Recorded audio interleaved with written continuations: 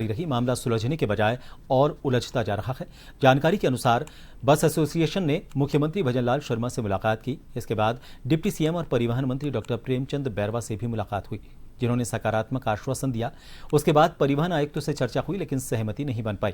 और इसके बाद प्रदेश से जुटे बस संगठनों के प्रतिनिधियों से बात की हमारे संवाददाता सुदर्शन सिंह शेखावत ने।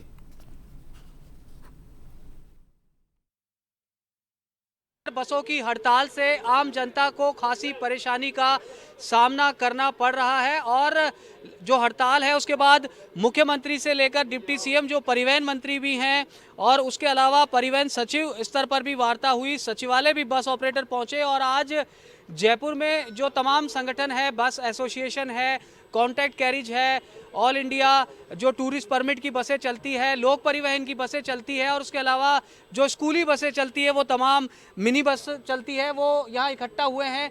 हालांकि आप लोग ये मानते हैं कि आने वाला जो समय है वो नॉर्म्स के अनुसार चलने का है और चलना चाहिए, लेकिन क्या आपकी वार्ता हुई? हड़ताल क्या और आगे जारी रहेगी? अभी तो हड़ताल जारी रहेगी। अभी हमारे को कोई आश्वासन नहीं मिला। सीएम साहब ने कहा था, उन्होंने बड़े लिबरल थे, उन्होंने कहा था कि आप काम कराने का समय दिया जाएगा।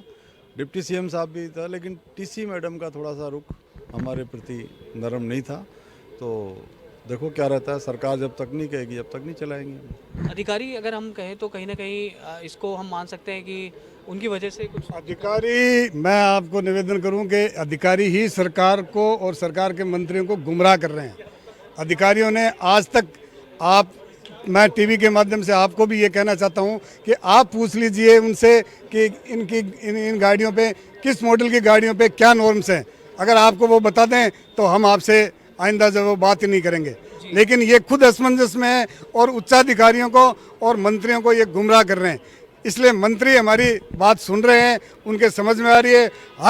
हम कैबिनेट मिनिस्टर सुमित गोदारा से मिले, आज डिप्टी सीएम से मिले। सीएम साहब ने भी अच्छे से सकारात्मक रूप में यह कहा कि भाई ये जो तब्दीली है ये कोई आसान काम नहीं है, इसलिए इसके लिए एक समुचित समय दिया जाना चाहिए। तो जो नॉर्म्स हमारे लिए वही रोडवेज के लिए होना चाहिए। रोडवेज के लिए वो कोई नॉर्म्स लागू नहीं करना चाहते।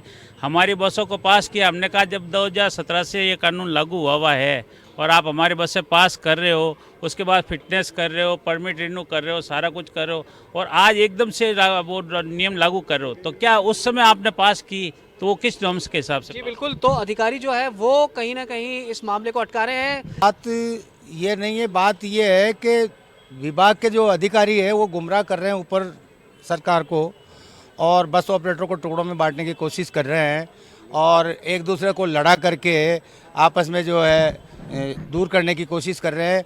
हम जो है बस ऑपरेटर हैं, सब एक हैं, एक रहेंगे, एक साथ हैं।